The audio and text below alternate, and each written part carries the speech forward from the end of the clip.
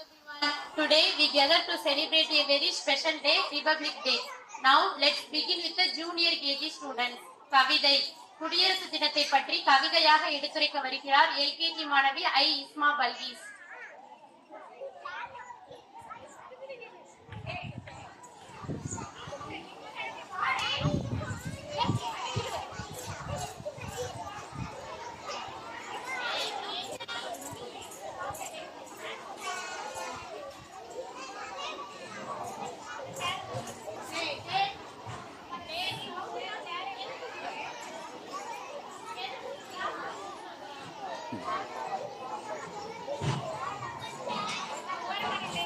My name